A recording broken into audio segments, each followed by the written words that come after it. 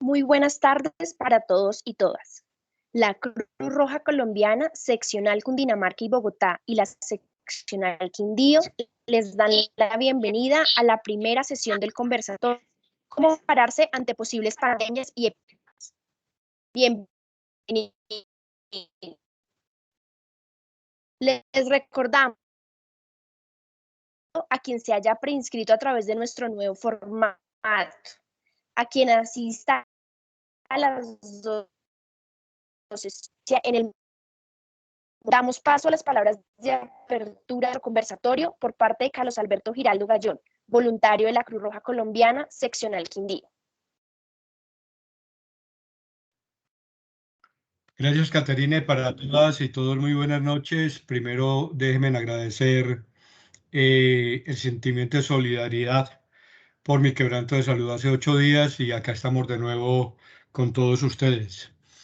Hoy vamos a iniciar con cómo prepararse para futuras epidemias y pandemias. Y digamos que debemos de recordar un poquitico la semana inmediatamente anterior, donde fue trabajada por la licenciada María Mercedes, donde comenzó por explicarnos qué era un brote, el brote en qué momento se podía tomar como una epidemia, cuando se compromete la población y se puede declarar una epidemia y finalmente identificar qué es una pandemia. Hoy, en esta parte donde vamos a ver futuras epidemias y pandemias, digamos que vamos a ver con el doctor Ronald Prado de la Guardia diferentes fases, una fase preparatoria, otra de contención, una de mitigación y otra de control. Y a través de eso nos va a permitir desarrollar este conversatorio el día de hoy, que recuerdo que tiene dos sesiones, la de hoy y la de en 8 días. Después de terminada la sesión de en 8 días, vamos finalmente a hacer un conversatorio entre la licenciada María Mercedes y el doctor Ronald Prado de la Guardia, tal cual como veníamos haciéndolo en épocas anteriores. Para este conversatorio que iniciamos hoy, que vuelvo y repito, tiene dos secciones. La certificación se hará cumplida la segunda sesión. Y como bien nos recordaba Caterine, quienes se han preinscrito inicialmente por la plataforma con el nombre y el correo que han colocado, deberán de dar respuesta también cuando aparezca la pregunta que nos permite tomar la asistencia. Esa pregunta se va a colocar 2 o 3 veces. Con una sola vez que la contesten es suficiente. Queda registrado en la plataforma. De modo que estar atentos en medio de el transcurso del conversatorio en la parte que tiene que ver con el chat escrito y dar respuesta allí. En 8 días, después de terminar la segunda sección, posteriormente al día siguiente se les va a enviar un correo, igual como se hizo la semana inmediatamente anterior, donde estará el código para expedir el diploma o el certificado. Es de recordar que para el certificado hay que colocar el número de la cédula Bakelak y el código que aparezca allí. A todas y todos, bienvenidos. Esperamos que este sea un día nuevamente muy rico de saberes para todos y todas. Y le doy la bienvenida al doctor Ronald Prado de la Guardia. Muchas gracias, Carlos. Muy buenas tardes a todos. Gracias a Caterine, a Hernando, a Carlos Alberto, que hacen posible, y todo el equipo de la Cruz Roja Sección de Bogotá, la Cruz Roja Quindío, que hacen posible esta actividad académica. Bien, vamos el día de hoy a hablar un poquito de cómo prepararnos para emergencias.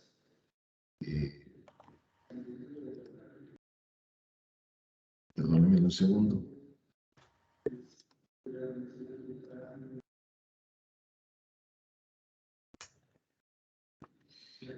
¿Cómo prepararnos para futuras epidemias y pandemias? ¿Pueden ver todos la presentación? Sí, no, sí se ve Sí, la señor. presentación. Sí, señor. Sí. Entonces, vamos a hablar un poco de el proceso preparatorio. Voy a tratar de irles haciendo la comparación de lo que voy hablando con los hechos que se han presentado en la actual emergencia sanitaria generada por el coronavirus, pandemia que ha generado una afectación a nivel mundial y que está asociada a muchas circunstancias. Si ustedes hoy observan,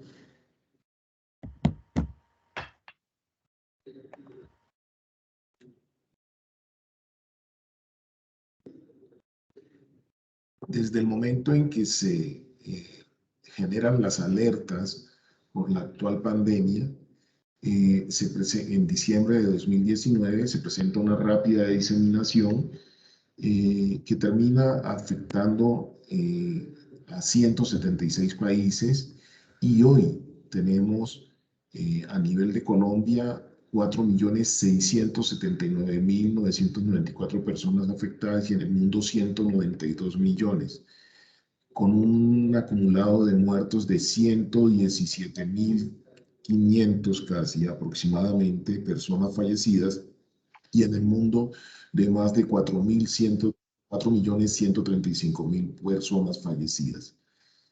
Pero hay buenas noticias, hay una recuperación significativa de las personas afectadas, aun cuando cada vez que se han generado los picos, ha tenido un incremento dramático de afectaciones, de secuelas, de requerimientos de manejo especializado en cuidado crítico y a unos costos muy elevados. Además de los costos que no se calculan regularmente, que son los costos generados por la ausencia de las personas que terminan enfermas.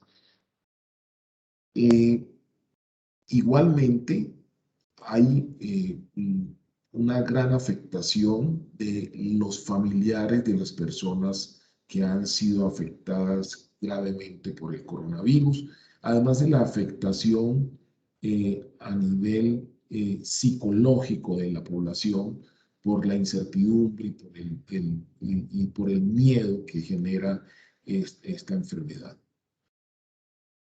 ¿Qué pasó? Realmente, si ustedes observan, el mundo vivió una temporada muy larga de ausencia de enfermedades graves que afectaran a nivel territorial en forma masiva y a nivel global, generándose algunas alertas por virus como el ébola, por otros coronavirus, pero que fueron rápidamente controladas por H1N1, pero nadie se esperaba una situación con la aparición de un virus que tiene un comportamiento como el del COVID-19, que ha generado una cantidad de circunstancias en las cuales ninguna de las hipótesis ha tenido la verdad absoluta, ha logrado la verdad absoluta. Siempre, desde que apareció esta enfermedad, se presentan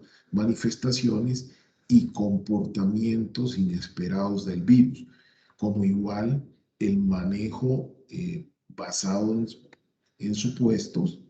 Perdónenme que me sacaron de la presentación.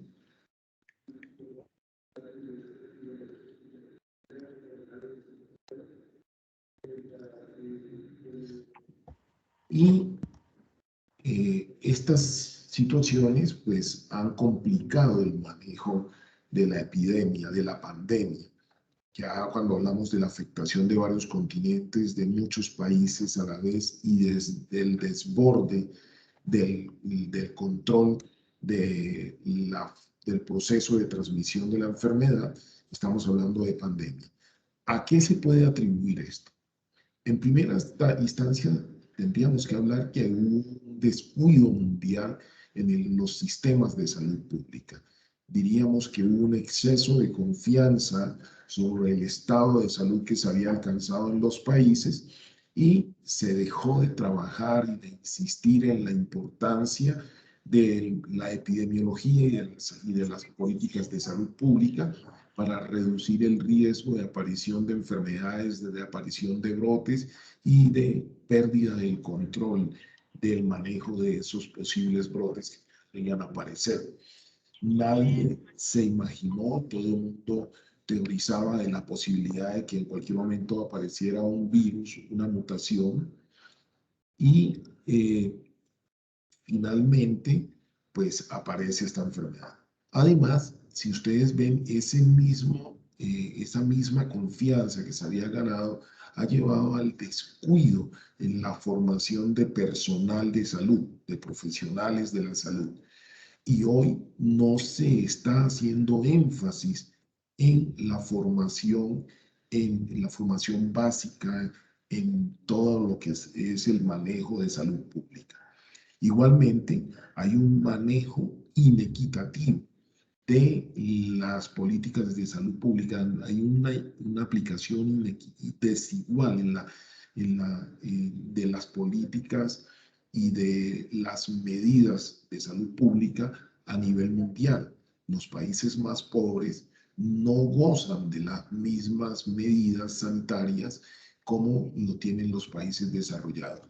Pero igualmente hay un comportamiento egoísta de muchos países que se preocupan por su desarrollo en los sistemas de salud, en el desarrollo de tecnologías, en el desarrollo de medicamentos, pero no facilitan el acceso a esas nuevas tecnologías para la atención en salud, y estos países pues siempre han tenido una mayor vulnerabilidad.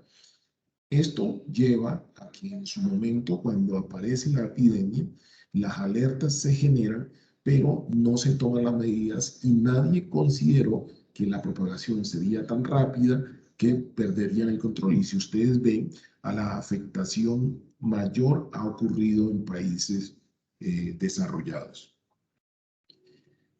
Hablemos un poquito del proceso de esta epidemia. Empezó con las alertas.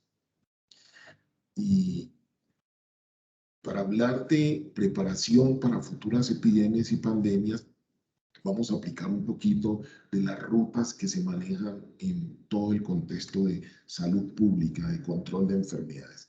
Lo primero es la generación de alertas que se generan de manera espontánea ante la forma dramática como se presenta un brote y se propaga la enfermedad de ese brote.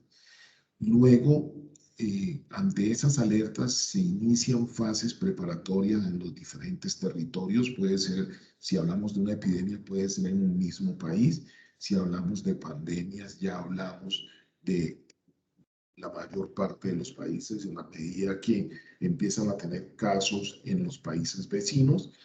Y seguimos de una fase de contención donde se pretende evitar que si el virus llega se propague rápidamente, y cuando ya se pierde el control se pasa a una fase de mitigación, terminando en un periodo de control para lograr la reducción total de la epidemia. En la fase de alerta es muy importante, y miren ustedes que así ha ocurrido en todo el proceso de la pandemia. En la fase de alerta se generan campañas de divulgación de la enfermedad, aun cuando estas enfermedades son de comienzo súbito y desconocidas, la información es muy incierta. Se basa en teorías, en hipótesis, hasta cuando se logra generar estudios sobre la misma y se puede ya, ciencia cierta, hablar de lo que se está teniendo en ese momento. Hoy en día todavía tenemos mucha información imprecisa sobre el agente causal y sobre el comportamiento de la enfermedad. Igual, En esta fase de alerta empiezan procesos de instrucción a personal sanitario, empiezan procesos de instrucción a instancias del Estado que tienen que ver con el proceso con los procesos de control de la enfermedad y con procesos de educación a la comunidad.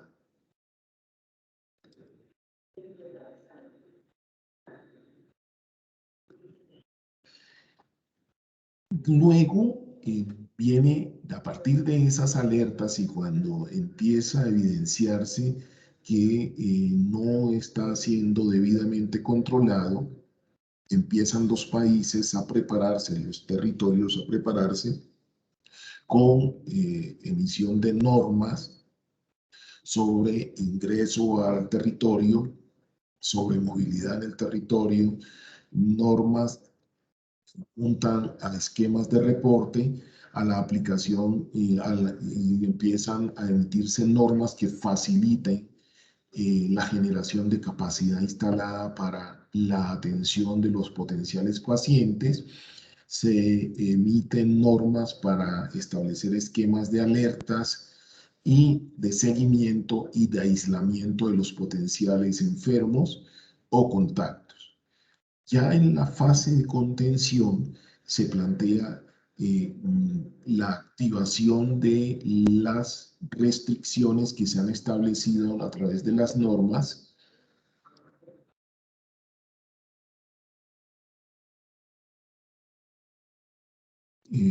las restricciones de movilidad, las restricciones a nivel social y mecanismos de búsqueda activa de casos y de contactos, igual que los mecanismos o rutas para el control de la transmisión de la enfermedad y para establecer rutas que faciliten el tratamiento de las personas que resultan infectadas. Ya en la fase de mitigación se recurre al perfeccionamiento de rutas de atención, a la búsqueda de concentración de los pacientes para que no estén dispersos en todo el sistema de salud y al manejo de situaciones de emergencia, así como la redefinición de competencias y los programas de inmunización masiva de la población. Para todo el proceso de control, lo que se espera es la prevención de rebotes, el manejo de los procesos de rehabilitación de las personas afectadas por la enfermedad, las afectaciones secundarias, el incentivo de procesos que fortalezcan la capacidad de resiliencia de la población, la mitigación de impactos y, perdónenme,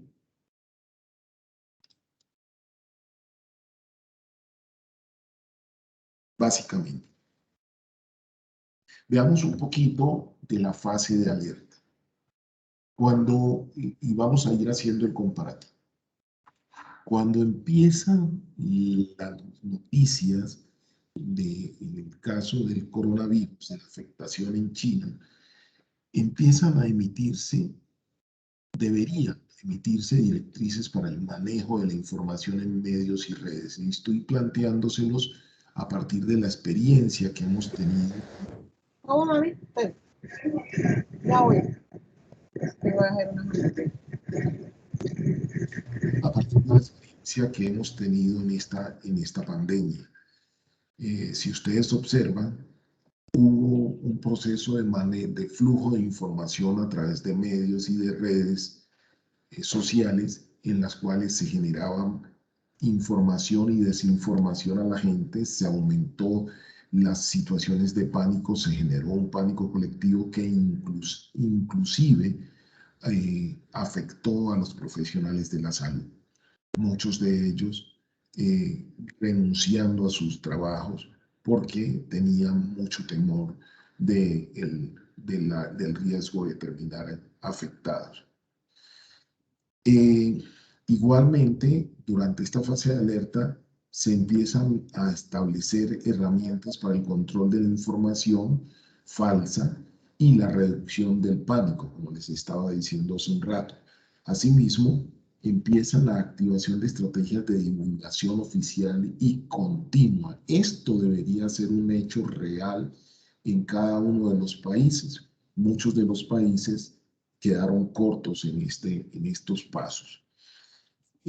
Luego hay que establecer y definir competencias para la divulgación de información y hay que definir quiénes tendrían las potestades para publicar cierta información y a través de quienes se confirmarían algunas informaciones en el caso de un agente causante de una enfermedad grave y de afectación masiva.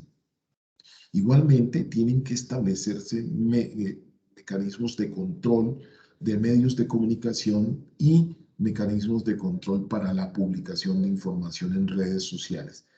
Muchos dirán que parecería una tendencia a fomentar una dictadura, pero si ustedes ven, los niveles de afectación han sido elevados ante las circunstancias que hemos vivido con esta pandemia, porque no existió realmente normas que limitaran la forma de divulgar información falsa e información no confirmada. Y debería establecerse también lineamientos para la capacitación en la educación formal y la educación no formal. En el caso de la comunidad, de las personas, es recomendable, y lo dijimos en muchas oportunidades, el recurrir a información de medios confiables, no información que llegue de medios de comunicación que tradicionalmente acostumbran a divulgar información no confirmada o información falsa. Es la primera recomendación que debemos hacer a la comunidad, que debemos hacer a los cabezas de las familias para evitar que la familia termine afectada, que las personas terminen afectadas por mucha información no cierta. Es importante recomendar que se limiten a acatar y a basar las actuaciones y las medidas en la información oficial, en la información que transmiten las instancias oficiales de un territorio, de un país o de un estado. Es recomendable no confiar en rumores o creencias. Muchas personas acostumbran a basar su divulgación, su información o su protagonismo en redes de comunicación, en redes sociales, en creencias o en rumores. Muchos aprovechan las circunstancias para sacar a flote toda una cantidad de creencias que no están basadas en información científica. Ser selectivos en el origen de la información y evaluar siempre el riesgo de la información falsa. Cuando yo reciba una información, debo evaluar qué impacto va a tener, si favorable o desfavorable, sobre las personas que van a recibir de mí esa información. Y por último, la recomendación de recurrir a información científicamente soportada en estudios debidamente vigilados o soportados por instituciones de investigación o universidades que respaldan a esos investigadores que hacen la publicación. En la fase preparatoria se empiezan a trabajar la emisión de normas, de políticas, de estrategias para lograr controlar la transmisión de la enfermedad en caso de que llegue, primero para evitar que llegue la enfermedad o que ingrese la enfermedad y que se propague. Y entonces el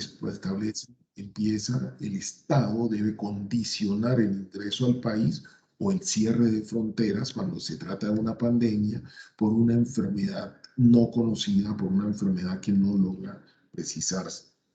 en un momento dado. Pero inicialmente debe empezar por condicionamientos. O sea, las personas que llegan, dependiendo de su procedencia, deben reportar, deben tener un flujo, una ruta en la cual tengan un periodo de observación en aislamiento estricto y de allí seguir unos pasos que faciliten el seguimiento y el control de cualquier síntoma que pudiese aparecer.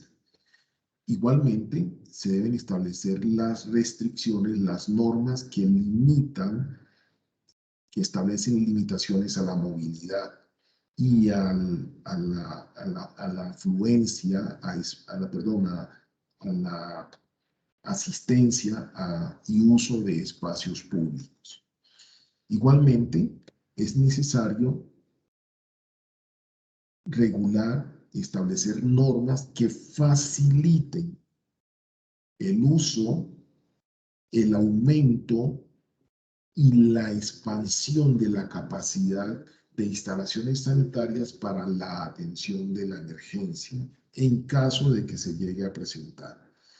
Y hay que establecer estrategias de vigilancia epidemiológica y de control de la enfermedad en caso de que se identifiquen los casos y asegurar el seguimiento a los contactos estrechos de esos casos. Hay que establecer, como les dije atrás, las normas de manejo de espacios públicos si se llegara a acelerar el proceso de transmisión y de contagio en una población determinada. Si ustedes ven, esas medidas se tomaron en nuestro país y hay que establecer estrategias de control a casos en aislamiento, a casos y contactos en el proceso de aislamiento o vigilancia o bajo vigilancia epidemiológica. Es muy importante en esta fase definir competencias. Si ustedes ven, en este proceso hubo medidas que mucha gente consideró exageradas, pero medidas que de alguna manera ayudaron a contener la velocidad de propagación de la epidemia, ayudaron a contener la velocidad de aparición de enfermos graves y eso permitió que los hospitales pudiesen soportar esta demanda de camas de cuidado crítico. E igualmente se redujo la potencial mortalidad que pudo generar si no se hubiesen establecido dichas medidas. Pero cuando hablamos de expansión de la capacidad y de la regulación del uso, encontramos situaciones como la estrategia de generación de capacidad instalada para la atención de los potenciales afectados por la epidemia. Aquí hicimos al revés. Primero, quienes tuvieron competencias para definir las políticas no fueron específicamente los salubristas, sino que se le dio una preponderancia a infectólogos e intensivistas. Seguramente un salubrista hubiese tenido mayor habilidad para definir estrategias de contención de la epidemia y se hubiese generado una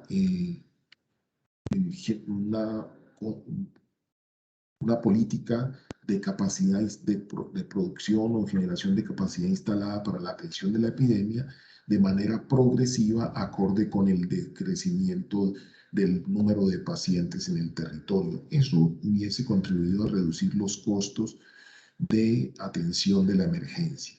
E igualmente hubiese garantizado que la población regular, la población con enfermedades ya conocidas, enfermedades tradicionales o cotidianas, hubiese continuado su proceso de atención sin ver afectada la continuidad de controles y la estabilidad de su enfermedad. En el caso de las personas, ya en la fase preparatoria, es importante recalcar que deben informarse de la naturaleza del agente causal de de la epidemia y cómo se comporta la enfermedad en las personas y en la comunidad.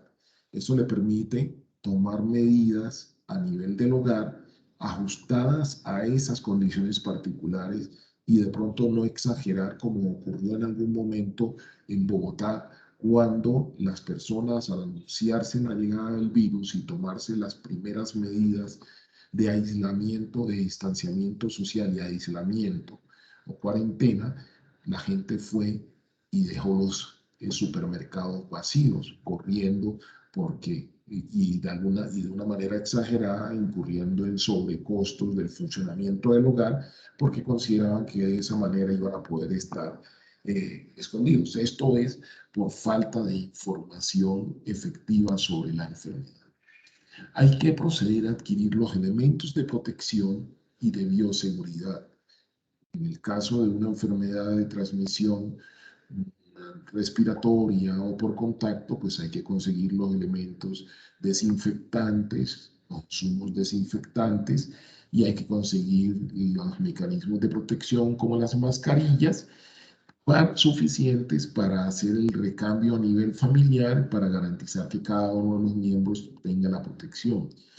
Hay que establecer normas de comportamiento seguro en el hogar, y esas normas de comportamiento seguro en el hogar cobijan desde la necesidad de salir a la calle a reaprovisionarse para mantenerse en el hogar, pero también los mecanismos que deben establecer para evitar el contagio cuando llegan de la calle, como mucha gente lo hacía, como retirarse las prendas de vestir que usaban en la calle, como usar la desinfección del calzado, que después se expresó que no era realmente efectivo usar desinfectantes para el calzado, eh, y muchas cosas como el uso de trajes de protección para salir a la calle y volver a entrar. ¿Qué pasaba? En este caso, la gente exageró y empezaron a usar guantes y trajes de protección, y eso le daba una falsa sensación de seguridad y se olvidaban que en esos guantes que usaban en la calle podían venir contaminados y se tocaban la cara cuando ya realmente habían sido contaminados por secreciones que contenían el virus. Entonces miren ustedes que más que cualquier cosa de recurrir a elementos, a medidas extremas o exageradas como trajes de astronautas, lo importante es las medidas individuales de bioseguridad: lavado de manos, uso de desinfectantes periódicamente, uso de mascarilla o tapabocas, no tocarse la cara, no coger elementos, no tomar alimentos que no tengan la debida protección, y muchas otras medidas que se plantearon en ese momento. Hay que definir mecanismos de bioseguridad a nivel familiar en caso de contagio, es decir, si alguien presenta síntomas en la familia, no lo vamos a echar de casa, pero tenemos que tener el espacio identificado, el espacio apropiado para que la persona esté en aislamiento y para reducir el riesgo de contagio, así como que ese espacio cuente con iluminación natural suficiente y ventilación apropiada, para que esta persona pueda estar en un ambiente tranquilo, en un ambiente que rápidamente permita eliminar el virus que va la persona misma eliminando porque está infectada, produce en su cuerpo. Y hay que preparar al hogar para los nuevos estilos de vida durante la pandemia. Se decía que el mundo había cambiado con la pandemia, pero el ser humano es un ser social por naturaleza, lo que quiere decir que no dejan de ser teorías que tendrán que ser reevaluadas en el momento en que se logre el control de esta epidemia. La gente necesita compartir con otras personas. Es imposible que el ser humano viva en aislamiento permanente. Por tanto, si bien hay que preparar a todos los miembros de la familia para sobrellevar, soportar, eh, ser capaces de manejar ese aislamiento prolongado que vamos a tener por muchos meses más, por 1 año o 2 años más, sabemos que en algún momento tendremos que volver a compartir en los espacios, que cambiarán muchas cosas, porque cambiará la economía, cambiarán las formas de trabajo, las empresas se han dado cuenta que el trabajo en casa rinde más, que el trabajo en casa cuesta menos, porque ya muchas empresas han devuelto oficinas, ya no tienen oficinas, y recurren más al trabajo desde casa, desde el hogar. Y hay que tener un plan de manejo de la información para reducir el miedo en los miembros de la familia. Los adultos tenemos que establecer cómo vamos a informar a nuestros hijos de la naturaleza de la enfermedad, de cómo controlarla, de qué tiene de cierto, de qué es cierto en las redes, en los medios informativos y qué no es cierto. Si hacemos todo este manejo, el impacto negativo será mínimo.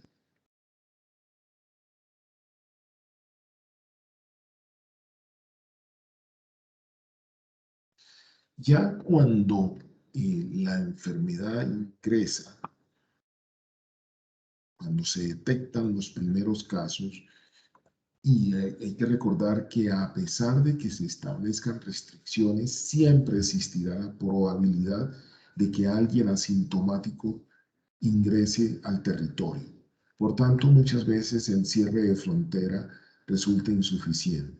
Por tanto, así cierren fronteras, pasará lo que nos pasó en el sur, en la parte sur de nuestro país, donde cerraron y dejaron aislado a Amazonas. Nadie podía salir. La gente empezó a buscar los caminos para regresar a casa, porque nadie puede soportar sin producir en un territorio ajeno. Entonces, cuando ya se presentan, se identifican los primeros casos, empieza la fase de contención. Y ustedes vieron, la fase preparatoria había emisión de normas que apuntaban a lograr el control de la enfermedad en el caso de que no aparecieran los casos.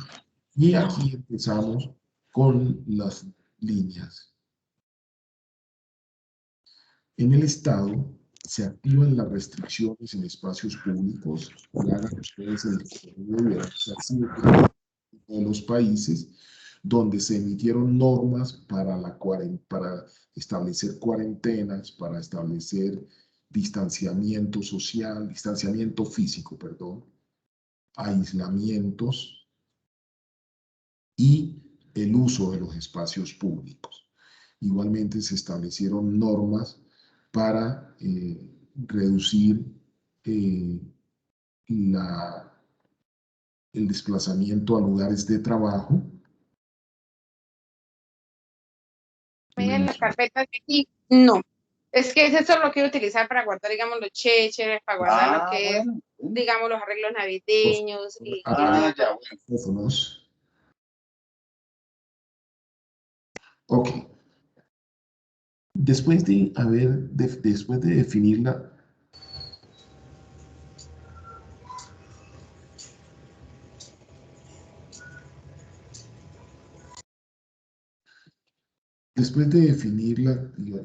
después de que el Estado activa los mecanismos de restricción en espacios públicos, pasa a la definición y divulgación de rutas de atención, es decir, en este caso, que ya se había establecido cuáles eran las rutas que seguirían, se activan estas rutas y se empiezan a generar los espacios para la atención adecuada de las personas. Si ustedes ven, inicialmente ante el riesgo de contagio en el espacio familiar se consideraron los albergues para pacientes positivos. Ese era un mecanismo de contención, de rutas de atención.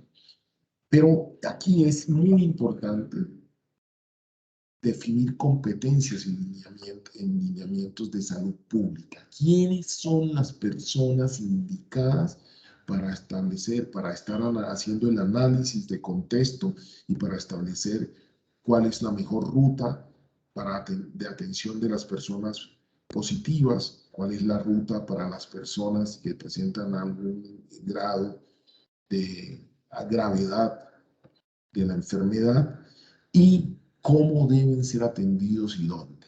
Igualmente, qué tipo de tratamientos se van a definir para evitar lo que vivimos con toda la coyuntura del uso de antibióticos para controlar el virus, cuando no era cierto que un virus se pudiese controlar con antibióticos y antiparasitarios.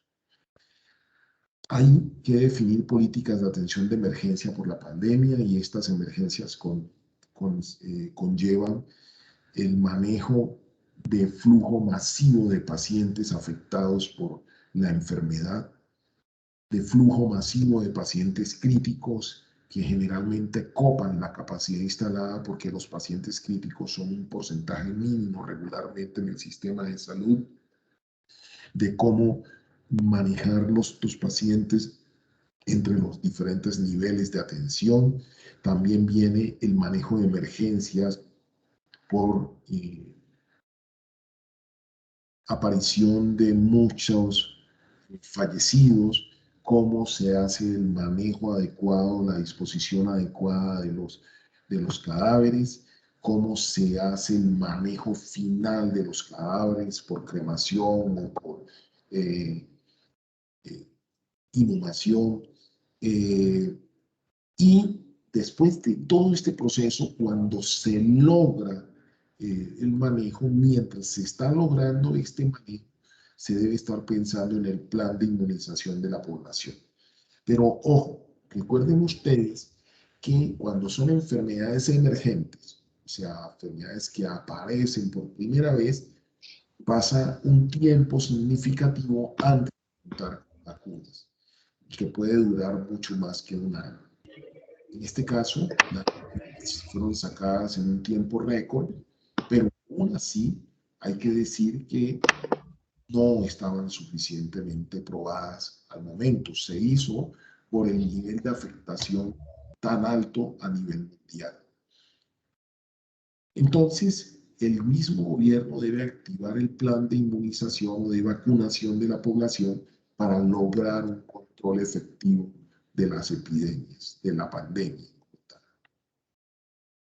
Igualmente, deben activarse o emitirse lineamientos y políticas de atención de afectaciones secundarias de la gente que tiene afectación física por secuelas de la enfermedad, como afectaciones cognitivas, como afectaciones cardíacas, afectaciones pulmonares, afectaciones musculares y muchos otros tipos de complicaciones. Muchos quedan con afección renal después de la infección grave. Entonces, estos lineamientos deben establecerse para lograr un adecuado control de la enfermedad y contención de todas las circunstancias que generan una epidemia. En el caso de las personas, es importante recomendar que acaten las normas de distanciamiento físico y de aislamiento social cuando sea necesario. No sirve de nada salir a protestar y decir que están tomando medidas extremas, porque miren que jugarle al cierre y apertura o flexibilización de las medidas llevó a que tuviéramos un pico prolongado y muy intenso después de que habíamos logrado una contención adecuada de la pandemia en territorios como Bogotá. Entonces, es importante que acatemos las medidas que se establecen en procura de controlar la transmisión del virus en todo el contexto de una población. Hay que establecer los esquemas para un trabajo en casa que no interfiera la vida en familia, que interfiera lo más mínimo posible la vida en familia. Que la vida en familia no interfiera los resultados del trabajo en casa. Y estos esquemas están dados por las recomendaciones que en su momento en las charlas dábamos para lograr que fuera un trabajo sin estrés, para que fuera un trabajo que no generara fatiga por posturas prolongadas, por actividad continua, sin pausas. Hay que definir las estrategias para el aprovisionamiento periódico de tal manera que no salga toda la familia a buscar el aprovisionamiento, ni que al salir alguno de los miembros termine infectado, que fue mucho de las formas como llegó la infección a las familias. Cuando salían a los supermercados y no se tenía el suficiente cuidado para evitar el contagio. Establecer esquemas para la desinfección, para el ingreso y salida del hogar, es muy importante. Definir alternancia entre el descanso, la familia y el trabajo, es ver cómo se establece ese esquema.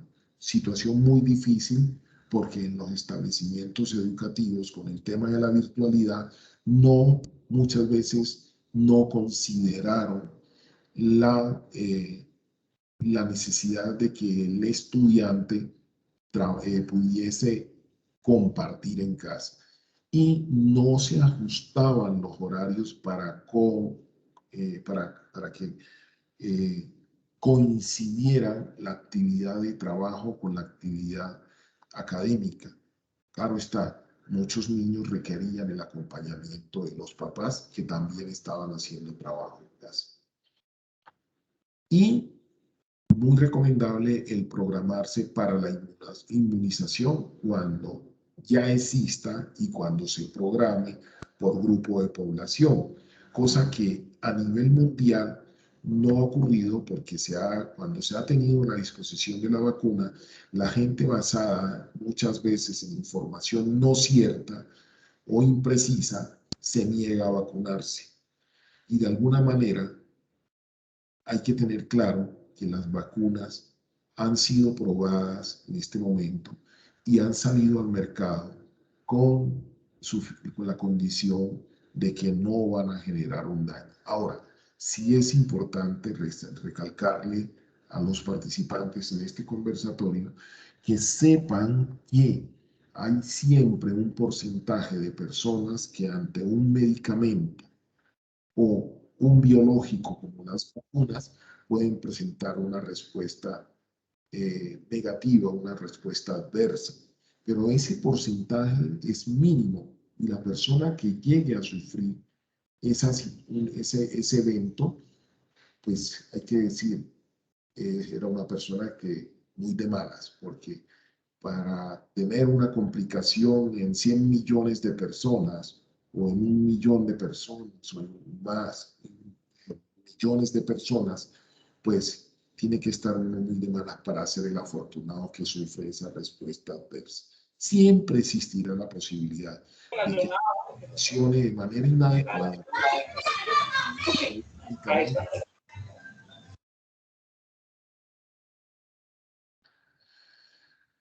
Veamos un poco el tema de... Se me perdió una fase que fue la fase de mitigación. Les decía que en la fase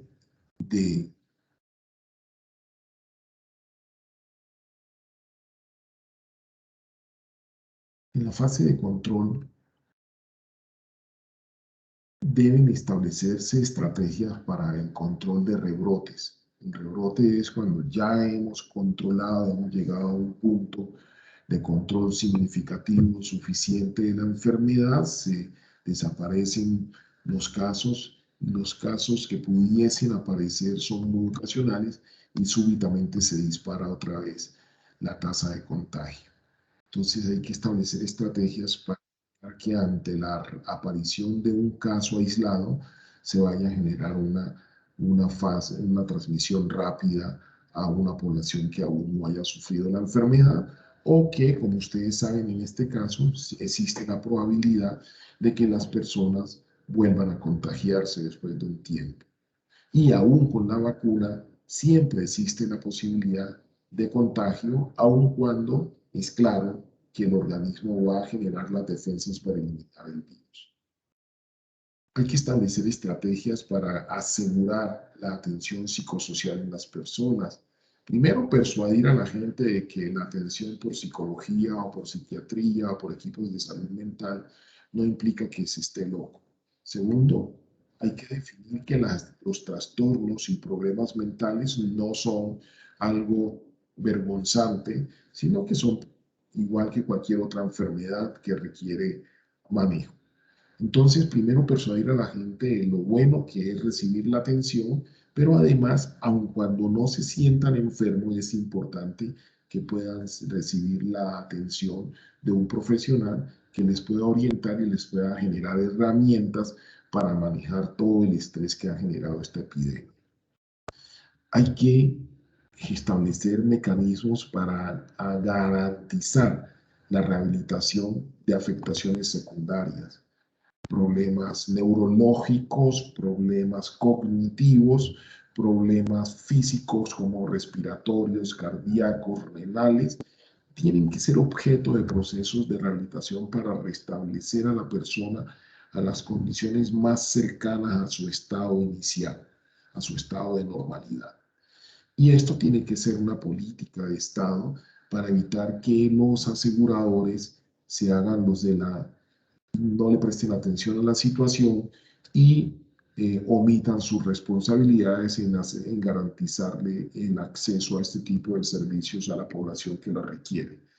Y hay que generar acciones hay que establecer acciones que generen o fomenten la capacidad de resiliencia de las personas que han sido afectadas por la enfermedad o que han sido afectadas indirectamente por la pandemia, para que las personas sean capaces de reencaminar su vida y tener herramientas para recuperarse de cualquiera de las circunstancias que pudiese haber generado estas condiciones particulares de una emergencia sanitaria que ha llevado a limitaciones, restricciones, pérdida de capacidades económicas, pérdida de capacidades del Estado, pérdida de la capacidad de muchas empresas, que ha llevado al desempleo y que ha llevado también a la pérdida y a la afectación indirecta por estar en una condición de aislamiento. Hay que buscar alternativas para la mitigación de estos impactos que les acabo de mencionar y hay que considerar el refuerzo global de la inmunización, el refuerzo de la vacunación de la comunidad, porque posiblemente, como pasa con el coronavirus, habrá necesidad de dosis adicionales, porque estamos hablando de un virus que es mutante, que está cambiando y que si en un momento dado no se logra la vacunación en un tiempo corto, relativamente corto, seguramente aparecerán variantes que no estén cubiertas o que no sean posibles, las defensas que generan no logren controlar el desarrollo del virus. Entonces podría generarse un rebrote o reaparición de la enfermedad por una variante o una cepa del virus, una nueva cepa del virus. Hay que buscar los mecanismos para evitar que se genere una nueva variante antes de terminar la vacunación masiva de la población. Por lo menos que la población sea vacunada hasta un porcentaje en el cual se garantice inmunidad de rebaño.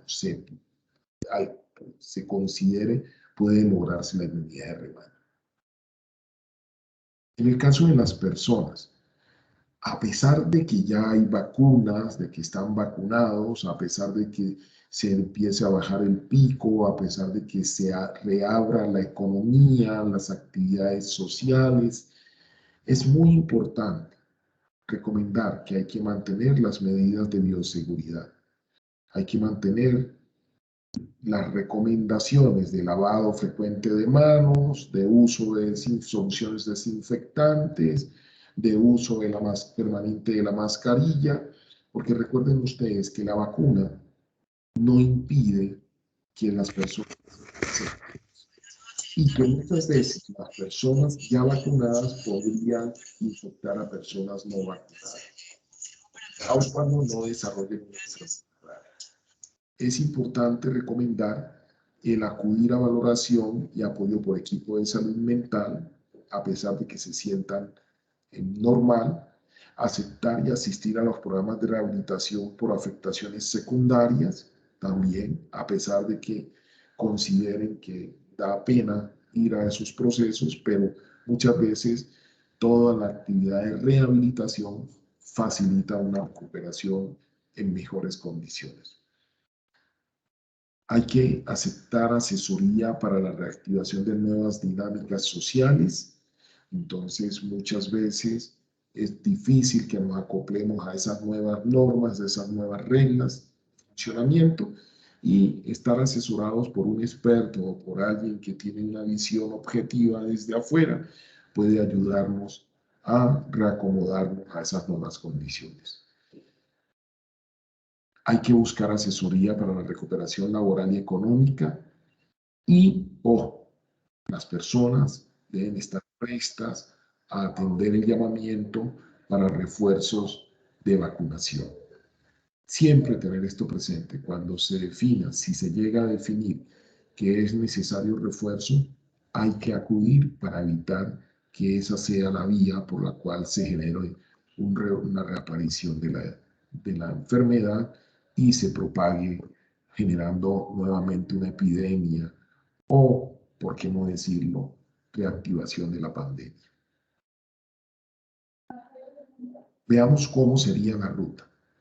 Entonces, en un país, lo importante es el aislamiento rápido de casos y de contacto para evitar que haya una propagación a otras personas, para reducir el riesgo de propagación.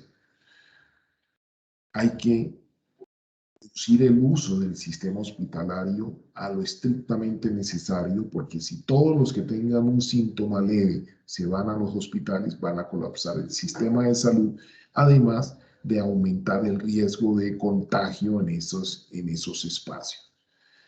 Hay que hay que prepararse a las instituciones, a la red de servicios de salud pública y privada, hay que prepararla para la sobredemanda de servicios generados por pacientes de la epidemia, pacientes afectados por la enfermedad que provoca la epidemia y pacientes que se han complicado por pérdida de la continuidad en sus tratamientos y en los controles oportunos, así como los pacientes que se complican por la infección del virus asociado a su enfermedad de base. Hay que acelerar el control para evitar la presencia de variantes del virus que ayuden a rebrotes o a reactivación de la epidemia. Y hay que generar estrategias de prevención primaria en salud mental y prevención secundaria en salud mental. ¿A qué hago referencia? La prevención primaria es para reducir aparición de afectaciones o problemas mentales asociados a las circunstancias propias de una enfermedad que genera mucha incertidumbre en la sociedad, además de todas las afectaciones secundarias que se pueden generar por las reglas, por los condicionamientos y por el aislamiento.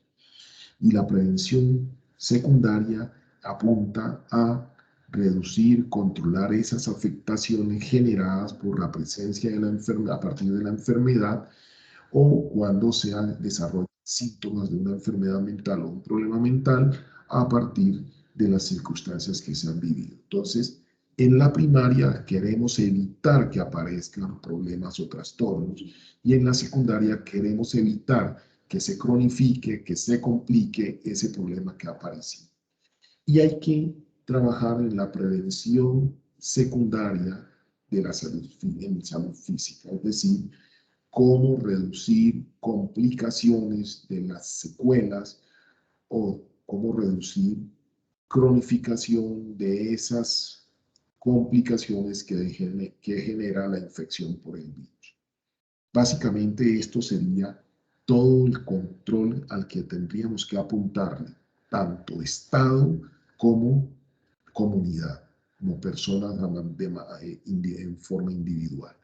Con esto creo que lograríamos superar cualquier posibilidad y recordar que la humanidad, como todos los seres vivos en el universo, estamos expuestos a la aparición de nuevas formas de virus, de organismos o de elementos que causan enfermedades. Y en el caso de los virus, siempre existirá la posibilidad de aparición de epidemias y pandemias a partir de la mutación de los mismos. Como igual podrán aparecer epidemias, pandemias a partir de bacterias u hongos que empiezan a adquirir condiciones de resistencia o sufren también mutaciones.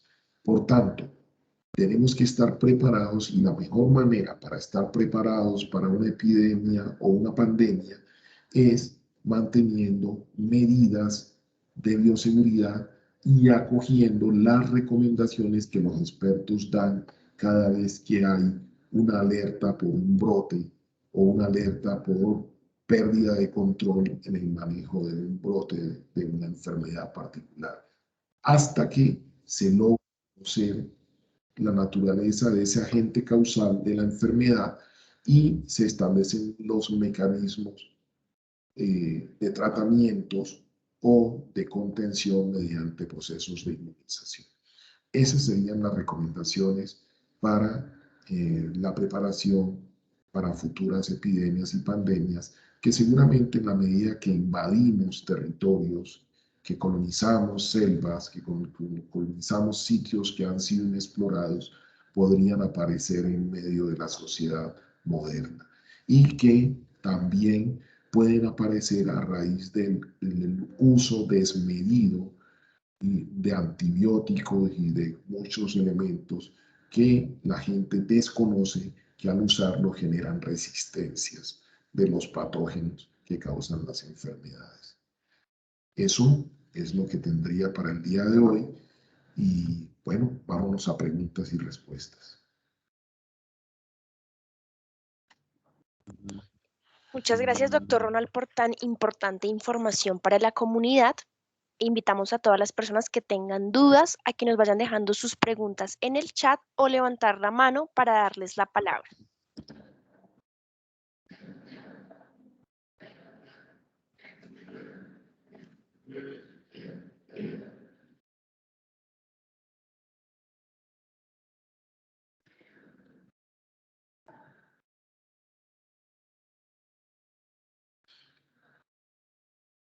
Catherine, bueno, aquí hay una pregunta de Alicia Torres, mientras hacen preguntas. Y dice, Sí, señor. considero que las medidas de higiene que se recomendaron con la aparición de la enfermedad del COVID-19 siempre han existido.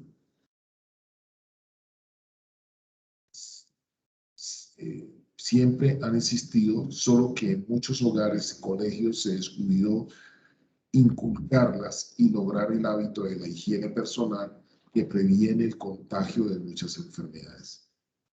A Alicia tengo que decirle que claramente eso es lo que ha ocurrido, tanto en las escuelas de salud, olvidaron inculcarle a los profesionales que estas medidas eran fundamentales para el control de las enfermedades, para reducir el riesgo de contagio de enfermedades, que viene siendo, que ha sido evaluado desde siglos atrás, cuando empezaron a identificar que no eran los olores los que transmitían las enfermedades, sino los mosquitos que salían de los pantanos, que no era el olor el que producía la enfermedad, sino que la gente tenía contaminadas las manos, se las llevaba a la boca o contaminaba los alimentos, y que no eran cosas diabólicas o fantásticas que generaban las enfermedades. E igualmente, así como se descuidó la formación del recurso humano en salud, también se descuidó las campañas de educación en la comunidad, que empezaban desde que empezábamos en la escuela. Y esto lleva a que la gente no tenga cuidados y fácilmente una enfermedad se propaga rápidamente por un territorio, por una población. Es básicamente eso. Y por eso yo empecé hablando mucho del exceso de confianza y de el descuido que llevó a que esta enfermedad terminara propagándose. Muchos países, muchos estados tomaron medidas, pero cuando aplicaron las medidas ya era tarde. Pensaron en cerrar fronteras, pero no cerraron la frontera oportunamente. Ya se les había metido el virus cuando fueron a cerrar. Muchos tomaron medidas basados en las hipótesis que se estaban lanzando. Recuerden ustedes que se dijo que esta era una enfermedad de transmisión por contacto, que no era de transmisión por vía aérea, no era un virus que estaba en el aire, y resulta que después se encontró que las microgotas sí flotaban y que en esas microgotas había partículas virales. Entonces, hoy es claro que el fomento de la salud pública, el fomento del autocuidado en las comunidades, es necesario mantenerlo a pesar de las buenas condiciones de salud, de la buena situación de salud de muchos territorios. Porque siempre estaremos expuestos como seres vivos a cualquier patógeno que aparezca. Doctor Ronald, nos pregunta Juliet. El doctor Ronald dice que no se debe tratar con antibióticos la pandemia, pero lo han tratado con estos según la información recibida y fórmulas médicas. ¿Por qué? El antibiótico no apunta a eliminar el virus. Se ha encontrado que las circunstancias que genera el virus en una enfermedad grave o moderada puede llevar a la reproducción de bacterias. Entonces, acorde con esas bacterias más comunes que aparecen provocando la neumonía en los pacientes infectados por el virus, es que les hacen manejo con algunos antibióticos. Muchos teorizaban que el antibiótico servía para el virus. Hoy está siendo reevaluado el uso de antibióticos como la citromicina, el uso de antiparasitarios como la ivermectina, que no tienen ningún sentido y que no han mostrado ningún efecto favorable frente a las personas para evitar que se infecten o para evitar que se compliquen. Entonces, el antibiótico se usa para manejo de las infecciones bacterianas que aprovechan la condición de afectación por la infección por el virus, no para eliminar el virus. Gracias, doctor. Nos pregunta Diana, ¿cuántos años estaremos así aproximadamente?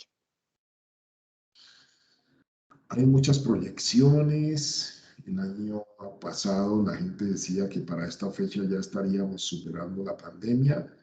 Muchos tenemos claro y decimos que llegaremos al 2023 con la pandemia.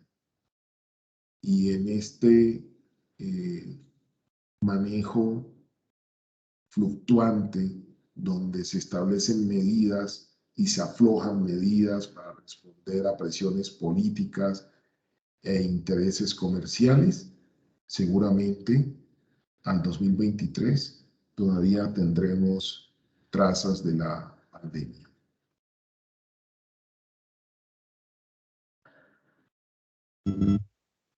Gracias, doctor. Nos pregunta Gloria. Ya la OMS manifiesta que se van a dar mutaciones no delta, sino beta, y que pueden ser más peligrosas. En general, las medidas fueron buenas y si en lograr la inmunidad de rebaño va a servir. Y tercero, si es un rebrote o si considera otra pandemia. Bueno, Ya me la puso Gloria difícil. Lo primero que tengo que decirles es que las medidas fueron buenas. Lo malo fue ceder y aflojar las medidas. Seguramente, si a esas medidas se le hubiese aguantado un poquito más, se hubiese logrado la contención de la pandemia. Porque si usted logra controlar la tasa de transmisión en el ciclo de la enfermedad y usted logra frenar esa transmisión en 3 ciclos, seguramente usted logra bajar la cantidad de infectados.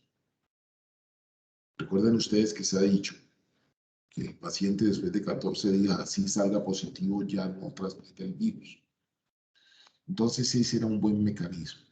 Pero cedimos a las presiones o a los intereses económicos, comerciales, a los intereses políticos, y le jugamos a eso, y lo único que generamos fue que lo que habíamos logrado contener inicialmente se disparara.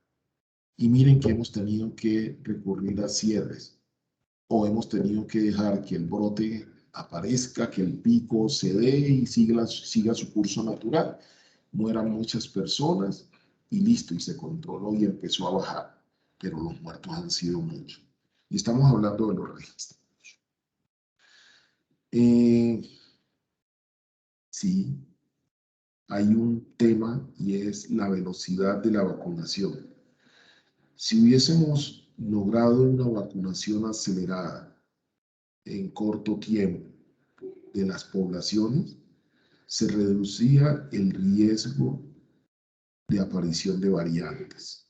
Hoy tenemos la variante Delta, pero en cualquier momento podrá aparecer una variante Beta, otras variantes, Beta, Gamma, lo que usted como diferentes formas que podrán llamarse, pero lo que sí no tenemos seguro es si va a ser más peligrosa o menos peligrosa, más infectante o menos infectante, más virulenta, o sea, de potencia, de daño, o menos virulenta.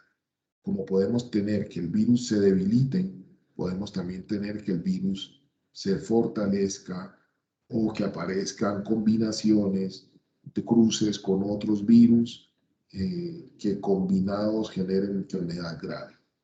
Como nos pasó cuando el H1N1, que estábamos manejando el H1N1 y de pronto se morían los niños y descubrimos que el H1N1 no era el causante, sino que había una combinación de sincitial respiratorio con adenovirus.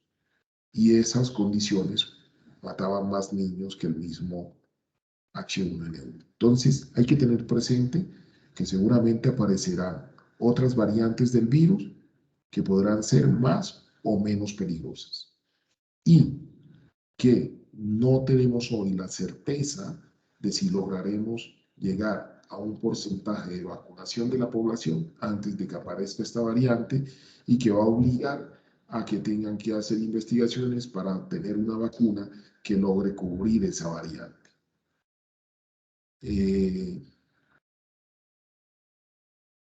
En la inmunidad de rebaño, sí es posible alcanzarla, pero si se acelera la producción de vacunas o la gestión de vacunas para un país, para muchos países. Y creo que la gestión de vacunas, no solamente en Colombia, sino en muchos países, ha estado lenta. O sea, no ha llegado las suficientes vacunas. Y lo otro es que los países desarrollados tienen que entender que si no comparten la tecnología, o sea, las vacunas con los países menos favorecidos, podrán morir muchas personas en los países menos favorecidos, pero seguramente va a terminar afectándose a la población que está gozando hoy de la vacunación, con todo. Y seguramente aparecerá una variante a la que la vacuna no le sirva y terminarán igualmente afectados. ¿Qué fue lo que pasó en esta ocasión? Todos gozaban de privilegios, no le prestaron atención hasta cuando se expandió la pandemia y hoy fueron afectados. Y ellos sufrieron mucho más que los países subdesarrollados o en vía de desarrollo.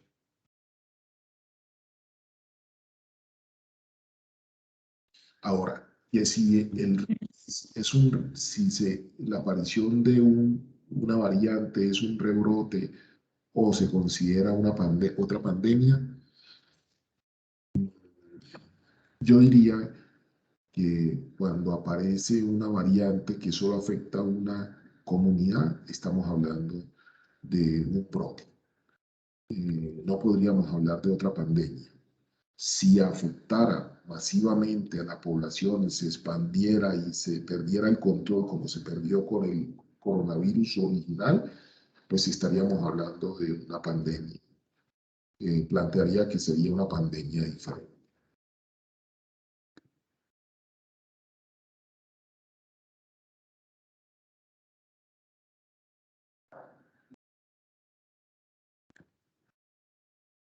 Caterina.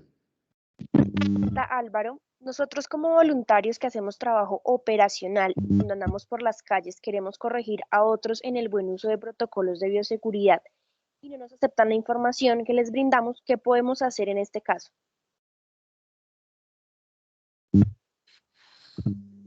Dejar que la gente sufra las consecuencias. Si tú no puedes persuadir a alguien del buen uso de las medidas de protección, déjalo.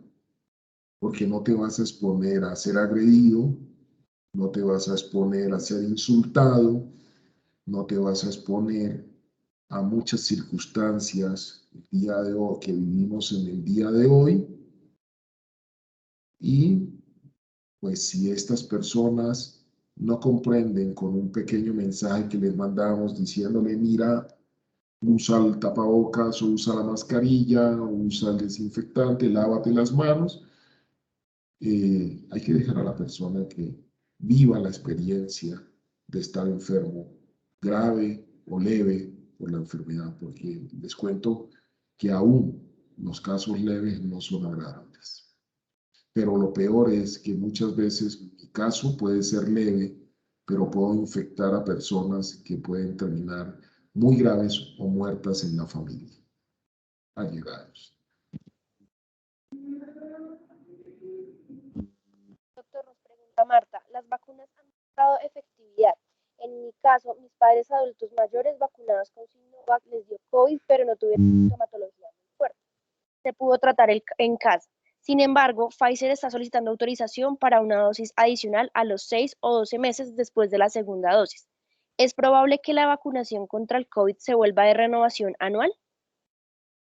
Con un virus mutante como el coronavirus, seguramente en algún momento terminaremos como el virus de la influenza. Ustedes saben que anualmente salen dos vacunas, dos nuevas cepas de la vacuna del virus de la influenza.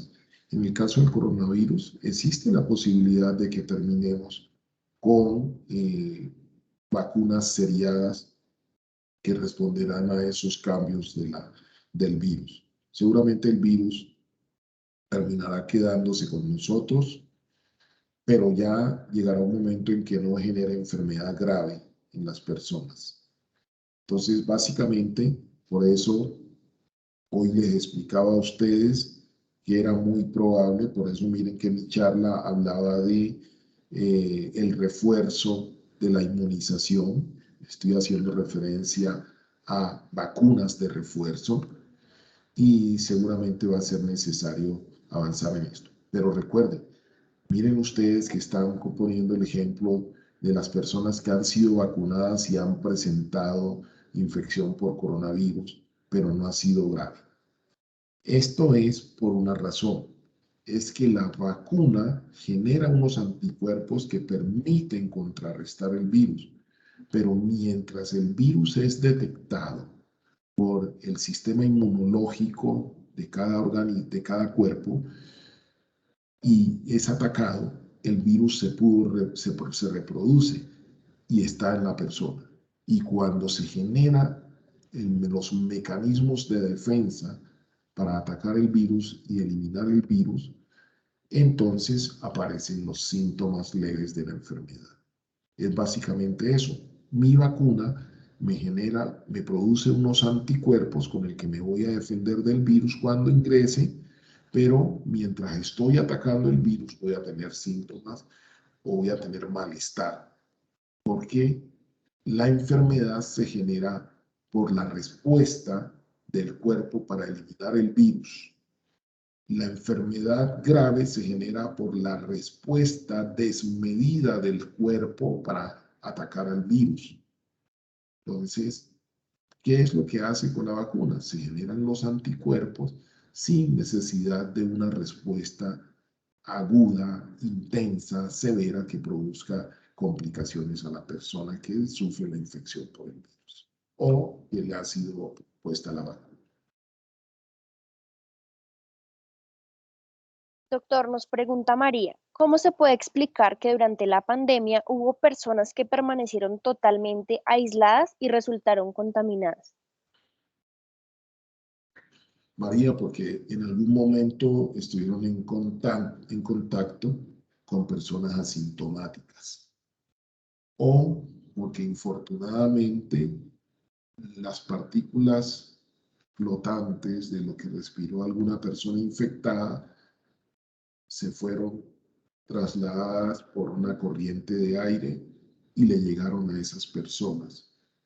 O seguramente las personas en algún momento de descuido tocaron una superficie, se contaminaron y se llevaron las manos a la cara o a una mucosa y por allí hubo el ingreso del virus, básicamente.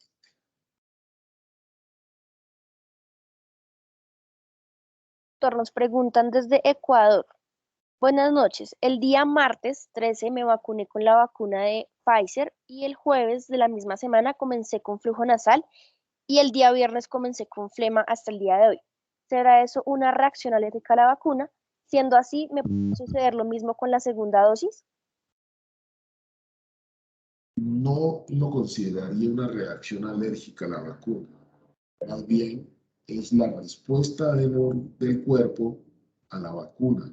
Está generando los anticuerpos, la vacuna representa componentes del virus, no representa todos los componentes que generan la respuesta severa del cuerpo.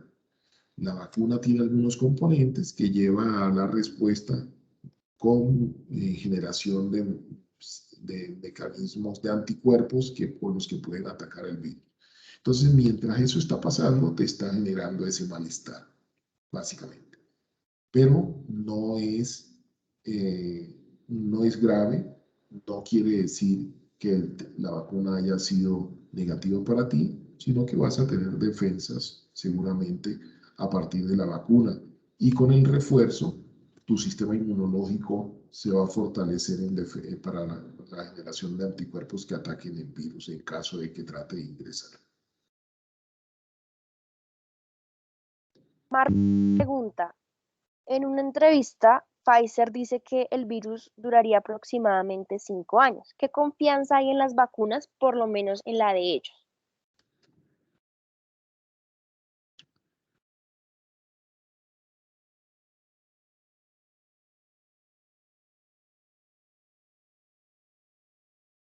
Mire, lo que hace un rato les dije yo, de que seguramente el 2023 todavía tenemos trazas, yo no había leído esta parte.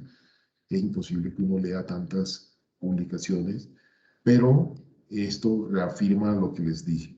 El virus va a durar mucho tiempo, pero la presencia del virus por tanto tiempo no implica que la vacuna no sirva. La vacuna sirve. Seguramente hoy la vacuna alcanzará y algunas de las vacunas servirán para el virus Delta, para la variante Delta. Aparecerán otras variantes para las cuales las vacunas no servirán y tendremos que tener otra vacuna o tendrán que hacer nuevamente la vacuna con los componentes de las nuevas variantes para que puedan cobijar la población. Pero la vacuna es absolutamente confiable. Y recuerden, aun cuando tengan vacunación completa, existe la posibilidad de tener síntomas de la enfermedad. y habrá un porcentaje de personas, un porcentaje mínimo, que a pesar de la vacuna desarrolló una enfermedad grave. Nuestra última pregunta viene de María. Dice, a nivel mundial, celebridades y productores de contenido hacen campañas en contra de la bioseguridad y no creen en la pandemia. Son formas de percibir la vida. Pero que estamos ante una pandemia, estamos ante una pandemia. Y muchas de esas celebridades actúan en un contexto de desconocimiento, por no decir de ignorancia. Y bueno, las campañas que están haciendo, pues tendrán en algún momento, como ha pasado con muchas de estas personas, que se han ido en abierta contraposición a las campañas que se han realizado y han terminado fallecidas después de complicaciones por el virus. Estamos en una pandemia. Claro, muestra de eso es que los casos de los países inicialmente venían de otros países y después de contagiar personas en el territorio, empezó a hacer transmisión de personas que nunca habían salido del país. Cuando una persona viene de otro país, trae el virus, lo contagia a una persona y en ese momento empieza una cadena de transmisión entre personas dentro de este país a donde llegó el que venía del otro país, ya estamos hablando de una epidemia y estamos hablando de casos propios, casos autóctonos. Y cuando estamos hablando de una epidemia que hace presencia en varios países, en varios continentes, estamos hablando de una pandemia. Y no nos podemos negar los 500 y pico, los 600 muertos a los que llegamos en Colombia. Son una evidencia de que había una epidemia, de que había una pandemia y que se estaba muriendo la gente por eso. Entonces, tenemos que definir a quién le prestamos atención. Si a estos personajes que basados en la ignorancia niegan la existencia de la epidemia, o a la evidencia científica y a la evidencia de las personas que a diario están graves en una unidad de cuidados intensivos, de los que están moderadamente enfermos o leves en aislamiento en casa, o de los que salen muertos todos los días, que están copando los cementerios y los hornos crematorios, y que claramente se complicaron a partir del coronavirus. ¿A quién le vamos a hacer caso? A la evidencia, a lo que estamos viendo, a la cantidad de personas despidiendo a sus familiares a lo lejos, y eso es la mejor evidencia de que hay una epidemia que está afectando y que tiene una repercusión grave en los pacientes que se infectan y que llevan a la muerte y al sufrimiento de los que se quedan. Hay una pandemia que no se puede negar.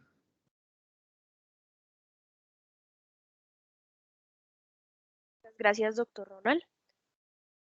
La Cruz Roja Colombiana Seccional Cundinamarca y Bogotá y la Seccional Quindío agradecen la participación de esos espacios formativos e informativos para la comunidad. Asimismo, los invita a la segunda sesión del conversatorio Cómo prepararse ante posibles pandemias y epidemias, que se realizará el próximo miércoles 28 de julio del 2021. Invitamos a Hernando Urbina, coordinador de Construcción de Paz y Doctrina de la Cruz Roja Colombiana Seccional Cundinamarca y Bogotá, quien nos dará las palabras de cierre de este conversatorio. Hola, Catherine, muchas gracias. Buenas noches. Muchas gracias al doctor Ronald por tan excelente tema, interesante y pertinente en este momento en el que nos encontramos, como para aclarar algunos conceptos. Sabemos que llevamos ya más de un año en pandemia y que de pronto hay algunas dudas aún que queremos aclarar, y creo que este es el escenario ideal para eso. Muchas gracias a todos por su participación, por estar aquí, por estar con nosotros y acompañarnos en un espacio más de estos miércoles de conversatorio. Y los invitamos a la segunda sesión que, como decía Catherine, se desarrollará de hoy en 8 días. A Carlos, a Sandra, muchas gracias por estar ahí atentos y apoyándonos siempre.